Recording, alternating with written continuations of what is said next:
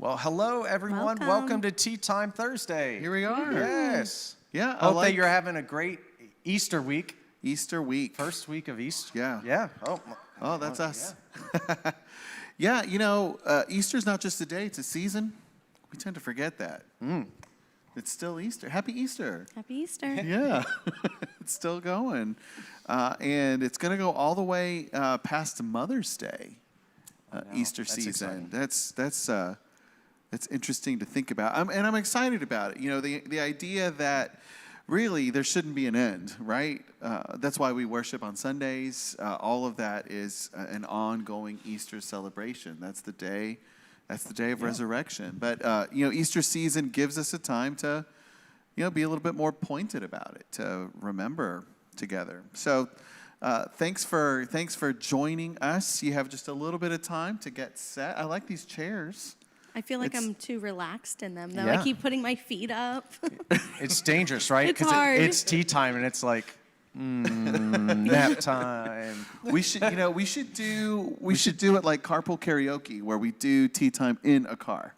Oh, we can do that. We can right? definitely do that. Sure. She loves the Alicia's idea. going to sing for us. Nope. Oh yeah, even the carpool. They have the karaoke part. I forgot about that. We haven't done karaoke in ages. At your house? Oh. I I see what you did there. I love karaoke at your house. It's the best. It's so fun. Yeah. So, Yeah, get us back on track. We got to Eric. get back. Guys, thanks for joining us. Thank you for joining us on your break. Yeah. Let us know where you're watching from, what you're doing at this point in time. If you're eating lunch and joining us, great. But this is a time, tea time is set aside for us midweek, for us to check in, right? Yeah. To see how you guys are doing.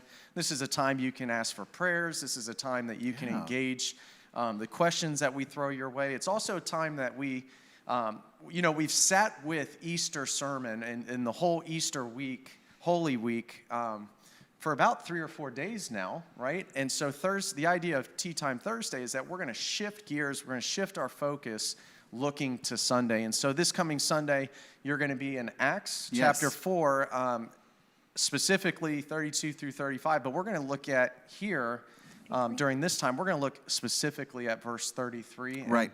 And just have some good conversation around it. Yeah. It's the idea that there's movement. There's always movement. I was reminded today of a phrase I like from Eugene Peterson. The spiritual life, in the spiritual life, every step is an arrival. Every step is an arrival. The next step, the next step. So that's part of what we do with the Thursdays. We're next step, next step, next step. So before we go to our video, Drew, thanks for checking in. She said she's concerned about you. She says, do not let Ryan drive. What? She thinks our karaoke should be done in an Uber. I agree, Drew. I agree. What a great idea. Uber karaoke. So could we call Drew? Doesn't she do that? Can you do that for us, Drew? That'd be amazing. Druber. Oh my God. On that note, I'm so hang sorry. out 30 seconds. We're going to do our tea time video. We'll be back to check out Acts chapter 4, verse 33.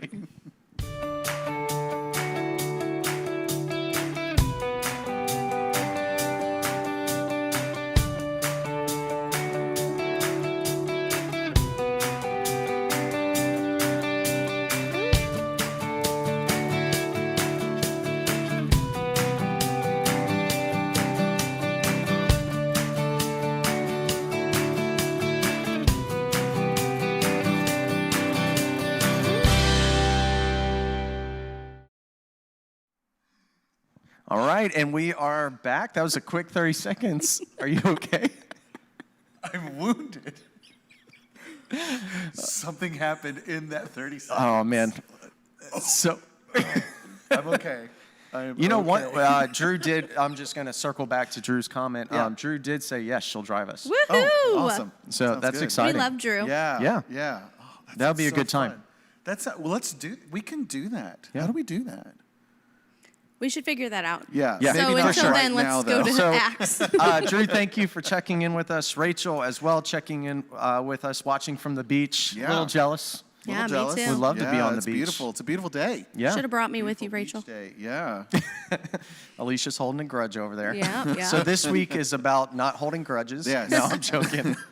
So Acts 4, verse 33. Verse 33. So yeah, this is so the way Acts works, it's the follow-up to Luke, right? There's the Gospel of Luke, and the very beginning of Acts picks up with resurrected Jesus present with the disciples, and then you see the beginning of the Jesus movement. And so what we're going to be doing the next, 6 weeks is dropping in and around Acts, and we're not going to march through in order. And so we're jumping ahead a little bit to a new church established, and this passage just is describing how the new church functions. And so in the middle of that passage, we've got this verse that says, The whole congregation of believers was united as one heart, one mind. They didn't even claim ownership of their own possessions. No one said, that's mine, you can't have it. They shared everything. The apostles gave powerful witness to the resurrection of the Master Jesus, and grace was on all of them. yeah, yeah. You went with the message there. I did. I can Yeah. go to the NIV if you No, like. that's fine. Yeah, it's interesting how so the Message translation, which is a lot more dynamic and poetic, still holds on to some of the key words that grabbed my heart in the translation that we hang out with. That idea of a powerful witness, right? So there's this powerful witness. So you've got this picture of the community of believers, like they're sharing everything. Right. Like, that makes me Everything. uncomfortable. Me too. Yeah. Like, deal with your own stuff. Yeah. Right? Yeah. Like, the idea of sharing everything is really countercultural. And has been. Like, regardless of there are cultures that are more sharing I was gonna cultures. say, Actually, yeah. that's true. But there's a lot more cultures that deal with your business, contribute to everything that everyone's doing. The idea, is this the passage that says there's no needy, there's no poor among them because they shared everything? Is that in the same passage here? In the same verse? It's in the same passage, maybe not in the same exact verse, but they share so much, no one in the church is in need. Right. Well, you wouldn't be, right? Because you're sharing everything. Everything. Yeah, Like, so if you had sugar, and I do. Yeah. you could share that with me if I was needing sugar. Yeah, Like, the idea of going to your neighbors and saying, knock, knock, do you have this? Like, I feel like we steer away from that, Yeah. but some cultures, that's what they do, yeah. right? Yeah, like the idea that if I have something, I have something for all of us Yeah. is a really foreign concept for us. You know, if I needed sugar, I'm not going to pop next door to Carrie and say, like, hey, Carrie, got some sugar, unless I need it right then. I'm probably going to Go to the store. go to the store or set up a Shipt, right? Have them deliver it to us, you know? Yeah. That's spoiled life. I know. The pandemic life is The so tough. pandemic Yeah. life, everything just shows up. It's amazing. It's amazing. But missing out, Yeah. missing out on a potential connection with my cool neighbor Carrie, and then her missing out on. It feels good to give stuff to people, Right. You know, it Right. feels good. And there's an invitation there for us. I don't know though. It feels like a huge step to get to that kind of a community from the does one feel that like we a live in. huge step. Yeah. But how cool would it be if we were there, right? Like, everything is a step. Everything is moving forward, right? But imagine if we were already there and you could go to your neighbor and do that, and ask them for something, or you built such a relationship with your neighbor that you guys worship together. How different would that be? Yeah. That community would be, as crazy as it sounds to think about, it would be cool to have that kind of I community. mean, imagine all the healing that we would experience. Yeah. Yeah, that's one thing that and it's something that it does feel like a long ways away from us, but I see it also alive in there's a desire to be that kind of people. I see that in our community, and I see it in our church where we're trying to do that. There's been a few times, I've been here long enough to, hear a few times where a word has gone out, someone needs something, and there's a response. There's a response. Or a word has gone out, hey, we want to help the residents at the rehab center just up the street. Boom, there's a response. The Angel Tree, there's a response. Our church, by the Spirit, I would say, our church has this in us. Yeah. It's just so far away from the Acts description. But the Spirit has put that in us. We want to be like that.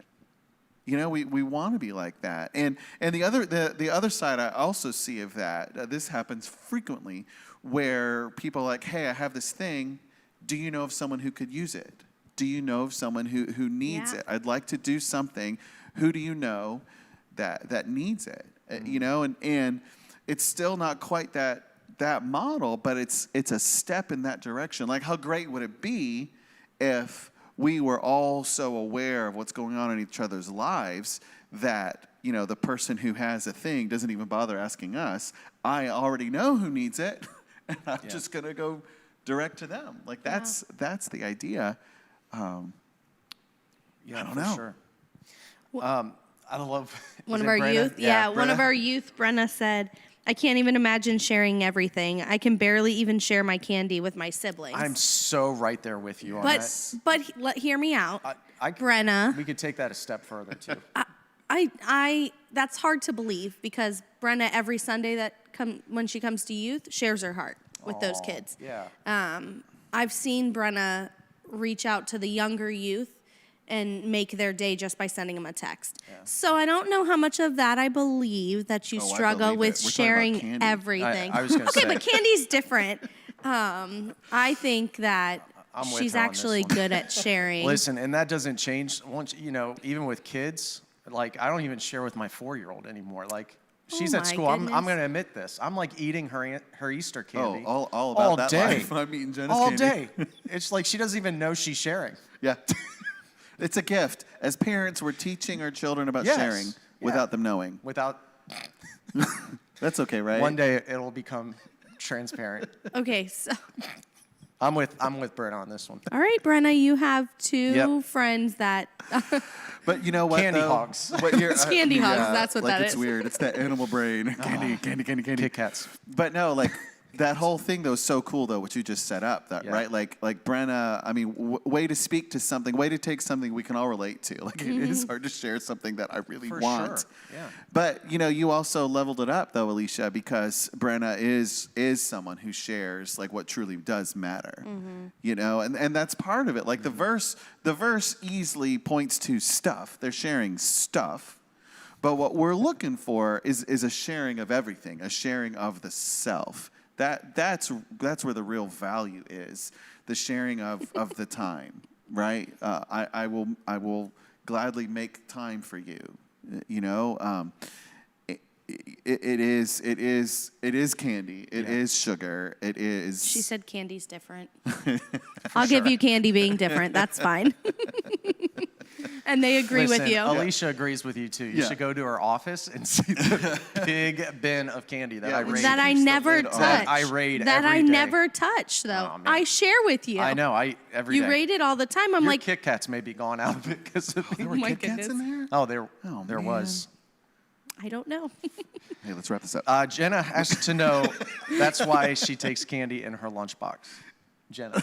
Yes. She has to know that you're going to take it. Yeah. Oh my gosh. Yeah. And she keeps it in the freezer. When she was in the pandemic pod, she would take it out of her backpack, put it in the freezer, and then bring it out.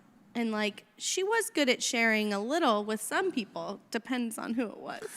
Not her sister. Yeah, and that's part of it, right? She has her own.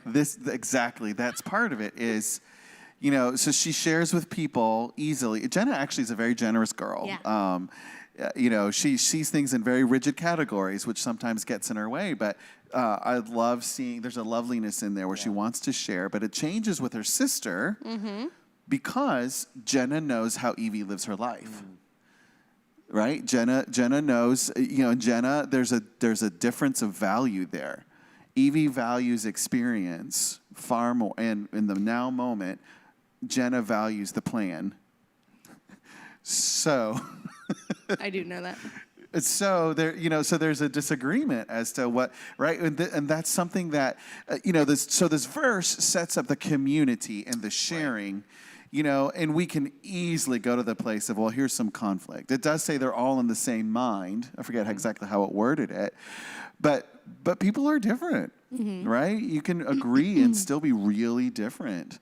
Yeah. And so so the verse sets up, there's an emphasis on the verse as community. The community is what's driving the engine of this church, right?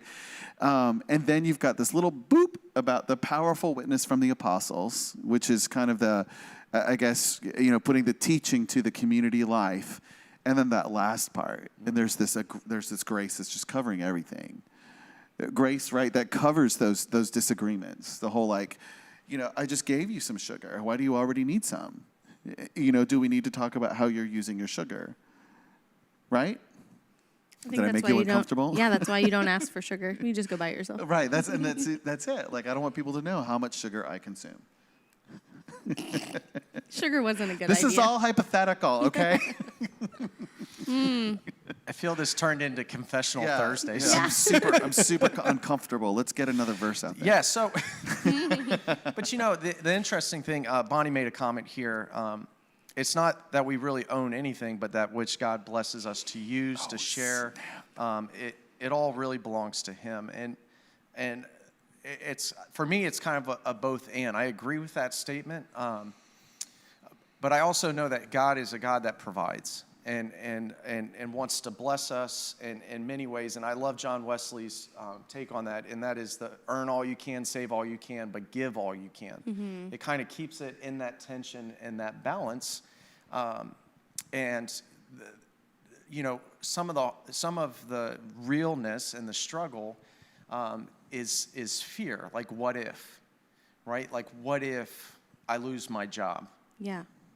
And I need to save. I need to do these things. And yes, those things are important. And there's real life recommendations. A lot of people suggest having 6 months worth of bills so that you can fall back on.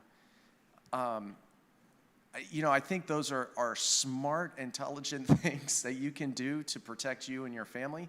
I think what this verse is getting to is even more than that. It's the heart. It's the community. In Acts, we've talked about this before. In Acts, there's a lot that's happening behind the scenes that is forcing this kind of community. There's a lot of persecution that's happening. There's a taking of possessions. This is right out of the whole Jesus narrative. So they think that they set it up, and so there's attacks on them for that. It's forcing this kind of community where you need to draw close. You need to take care of each other. Mm-hmm. And I think that's the beauty behind it is in the midst of taking care of ourselves, we're called to be others focused at the same time. It's kind of that both and. Yeah. And so in what ways is God presenting you with opportunity to love and extend that generosity? Earn all you can, save all you can, but be as generous as you can. Right. And I think that looks different for each person. Mm-hmm. But I love this verse because it truly brings us back to that powerful example of truly having grace and love for others. And sometimes that means sacrifice. Yeah. Sometimes that means someone may be in so much need that there's that element of sacrifice in your life that you need to just be like, you know what? That's important. Yeah. We're going to do that. So. Yeah, that really can, it keeps us focused on, it's not about our own ideas, our own strength, that's all part of the mix.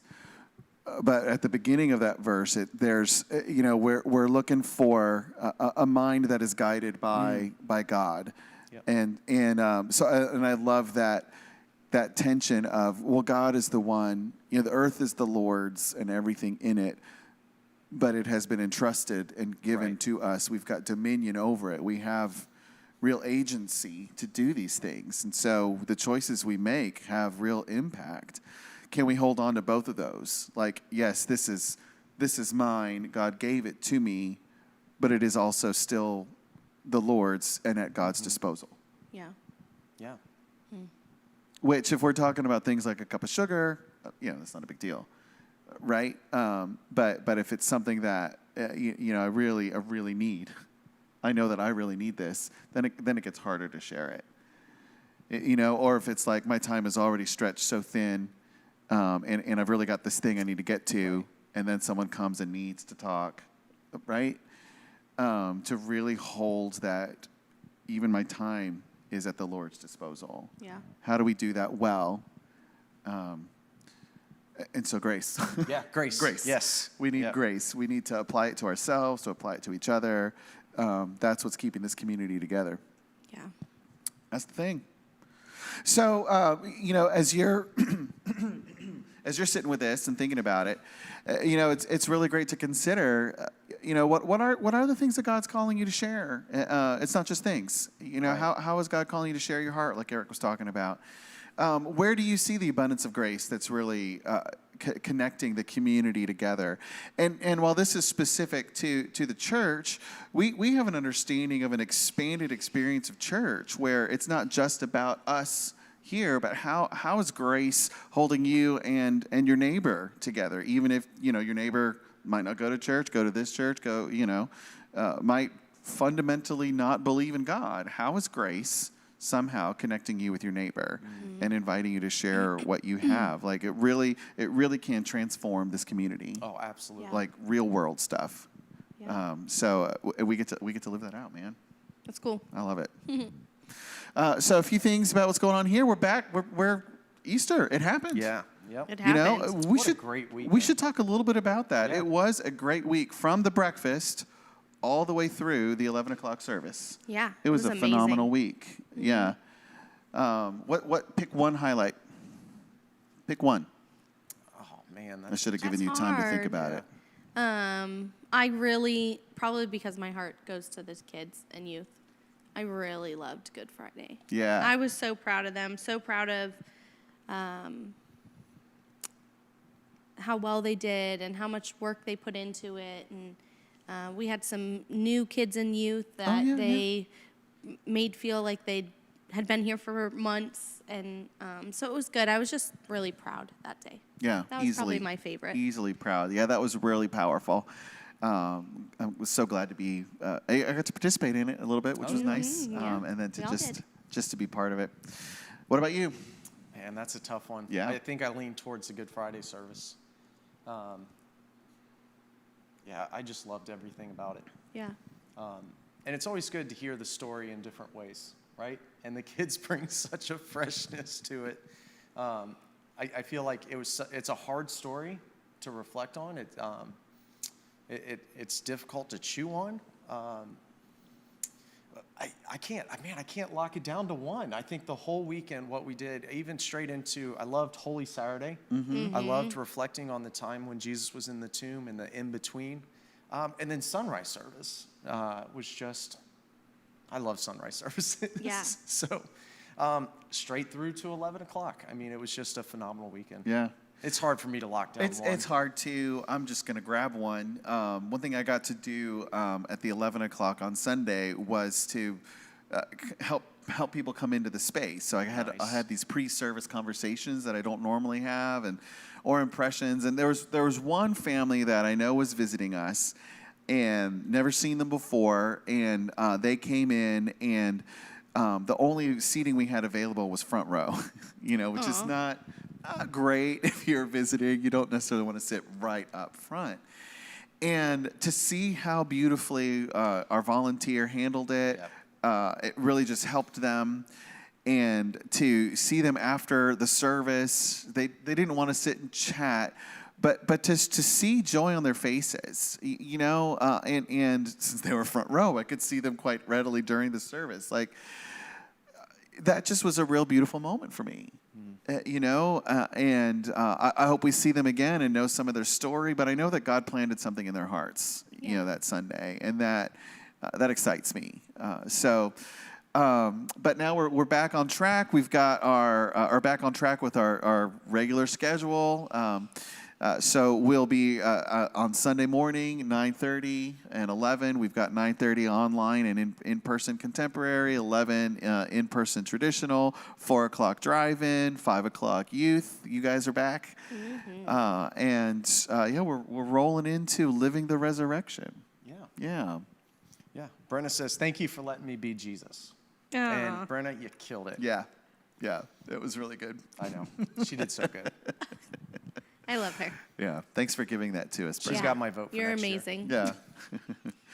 Brenna All right. for Jesus. Thank So you proud for of her. being with us. I pray that from this conversation and what God is building up for us to experience this weekend, that God continues to breathe life into us as we experience how we already are like this community and how we can become more and more like this community.